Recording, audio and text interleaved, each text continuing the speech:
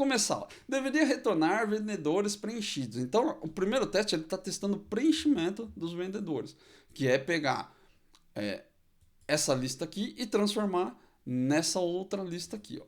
É basicamente isso. Então, ele está testando isso e aqui você pode ver, eu estou dando assert do CPF, porque eu faço um int.parse aqui. Aqui é um long.parse, né?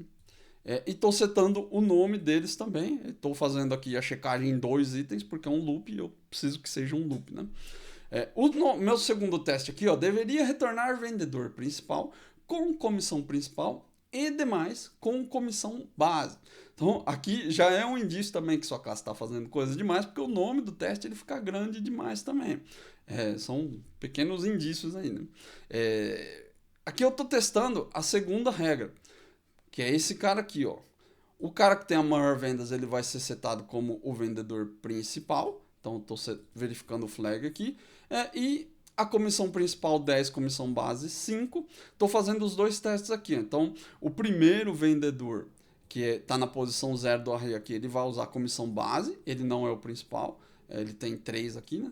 O segundo vendedor, ele tem 5 vendas. Então, esse cara aqui, ele vai receber o true e ele vai receber também o percentual de comissão 10, que é o percentual de comissão principal.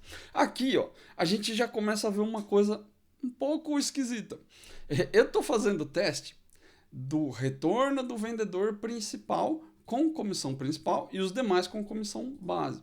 Mas tem um outro teste aqui que está meio camuflado aqui, ó, que ele não é mencionado em lugar nenhum. Ou pelo menos não no nome do seu teste. Então, eu estou fazendo o teste aqui do percentual de comissão utilizada. Eu estou vendo se ele passou por aqui, ó. Como esse cara é um parâmetro out, eu sou obrigado a fazer um teste nele também. Então, lembra que você vai testar o método, o que o método produz. Se ele recebe um parâmetro A, ele tem que te devolver um valor B, que é o valor que ele produz. Nesse caso aqui, seu método produz 2 valores. Ele produz a lista de vendedores mais o percentual de comissão utilizada. Então você precisa fazer o teste das 2 coisas. E aí já é a primeira coisa que começa a ficar esquisita no seu teste. Quando você for nomear seu teste aqui, ó, lembra que eu falei que um teste com um nome muito grande começa a dar indícios de que seu teste está fazendo coisas demais, logo, sua classe também está fazendo coisas demais, né? Esse aqui é um indício. Ele já tem um nome grande, mas ele não menciona que ele está testando o percentual de comissão utilizada. Porque se eu colocar o nome aqui, ó, aí o nome vai ficar gigantesco, não vai nem caber na tela para você ler aqui. Eu falo para a gente não economizar no tamanho dos nomes, porque ele precisa ser legível, mas também você não pode criar um método com um nome de 500 caracteres. Aí o negócio começa a ficar ingerenciável, né? Então já ultrapassa o limite das boas práticas aí.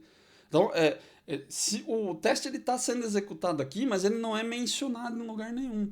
Então, eu não sei se eu estou testando isso. Parece que eu estou testando isso aqui, ó, por obrigação. Eu sei que ele passou aqui. Então, e aí, um dos problemas que eu tive aqui, eu trouxe exatamente a mesma situação que eu passei lá. Eu resolvi não testar isso aqui separadamente.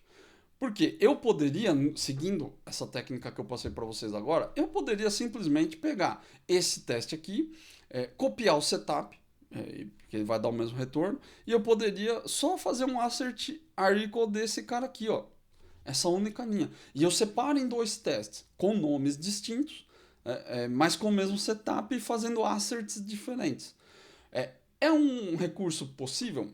É um recurso possível, só que aí ele vai contra uma outra boa prática dos testes. Evite fazer testes com setups idênticos. E quando eu falo idêntico, não é porque você está copiando o negócio aqui, ó. Ficou igualzinho, então para não ficar igualzinho, eu vou mudar aqui a quantidade de vendas para 7, por exemplo. Aí não vai ficar igual ao outro. Não adianta. Não é que o seu código de setup seja igual, mas o sentido, né, o porquê você preencheu, os valores que você preencheu, por onde o seu código vai passar, né, por onde o seu teste vai passar, né, quando ele executar aqui, ó, você não pode ter 2 testes com essa mesma característica. Então, mudar aqui para 7 não muda a característica do teste. Ele vai continuar testando as mesmas coisas. Então, se o seu teste testa dois testes testam as mesmas coisas, ele vai quebrar pelo mesmo motivo. Não faz sentido. Então, você não pode ter vários testes quebrando por causa do mesmo motivo de negócio. Né? Se teve uma alteração na regra, que às vezes pode ser que o seu teste quebre, dois testes quebrem pelo mesmo motivo, porque, sei lá, deu um null reference em algum lugar. Aí não tem problema. É uma característica do seu código, porque ele precisava do objeto preenchido, você não preencheu. Agora, no mesmo sentido de negócio, mudar aqui quantidade de vendas para 7 não altera a regra da quantidade de vendas. Que é essa regra aqui, né? Qual que é a maior quantidade de vendas? A regra continua a mesma. É o mesmo vendedor, nesse caso aqui, que vai ser o vendedor principal. Então, o sentido do negócio, o contexto do teste, ele não muda nesse caso. Então, você não é que você não pode. Não é uma boa prática você ter dois testes com essa mesma característica. Senão, ele vai quebrar pelo mesmo motivo. E aí não tem sentido. Então toma um pouco de cuidado com isso. Eu optei por colocar mais asserts no mesmo teste, que às vezes pode não ser uma boa prática. Nesse caso, ainda está no meu limite aqui de 4, que eu sempre coloco uma linha de 5, máximo de 5, né? Então não achei tão ruim, mas já está no limite aqui, né? Se eu tivesse mais parâmetros out, gera um outro problema. Vou ter que fazer mais teste aqui. Né, para o mesmo retorno, eu vou ter que ficar testando vários parâmetros out ao mesmo tempo. Seu teste vai começando a ficar esquisitão. Veja que eu já tive que tomar uma decisão que não era tão simples. Né? Como eu sempre digo, seu teste de unidade ele tem que ser simples, rápido e direto.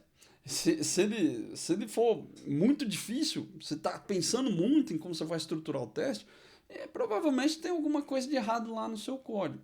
Então, é um indício. E veja que o parâmetro out ele é um bom recurso, só que ele está começando a me causar uns problemas aqui. Ó. Eu estou gerando dois retornos. Então, se eu estou gerando dois retornos, eu preciso fazer dois testes. Aqui a mesma coisa, deveria retornar vendedor principal com a comissão base. Eu estou testando se tiver apenas o vendedor, né, que tem uma terceira regra aqui. Ó. Se só tiver um, ele vai setar a comissão base.